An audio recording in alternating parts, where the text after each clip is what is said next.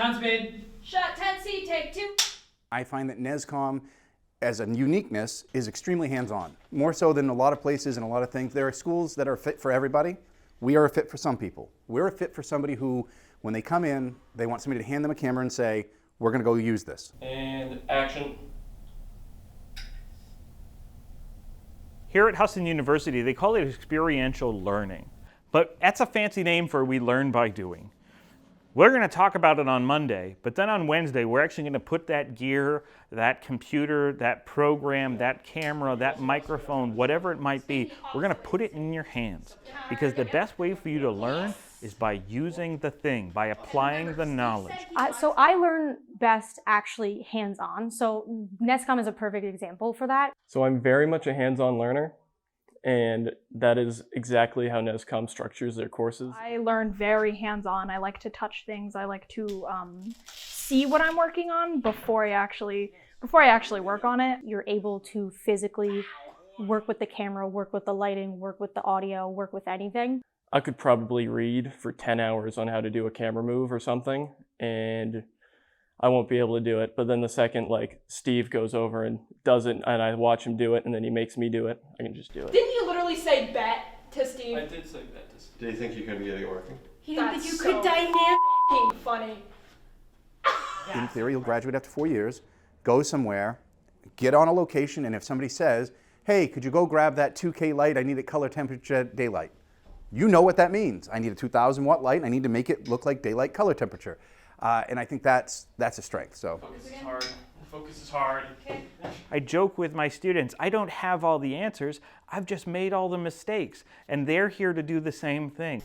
Well, if it's a little bit grainy, like, hear me out, if it's a little bit grainy on this even, it might fit because I'm losing my mind. Yeah. From day one, NESCom's always been a small business. We actually started as the New England School of Broadcasting. Now in our case, because it's education, we serve you by teaching you, but we also work at NESCom to tear down those walls between student and faculty. when you look around at the teachers, especially in our department, none of them come from an educational background. The faculty-student relationship at NESCom is very close, I guess.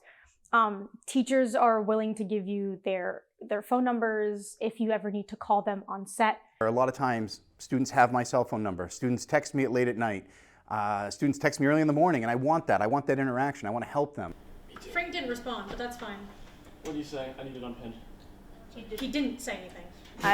I have the numbers to text each and every single one of my professors, which I know no other school really does that. And because we're such a small community and such a small school, the relationship to the teachers and the professors is really close. And if you're not able to get something or like the equipment's wrong, you can literally just call up any of your teachers. Like, I have 3 teachers basically on speed dial at the moment. Sorry, Bill, sorry, Steve, sorry, Frank. In the end, I'm glad it's the way it is. I've been doing it 17 years now, so I have students that'll still to this day, from 15 years ago, will write me and be like, hey, you won't believe where I am. Here's a picture of me on set.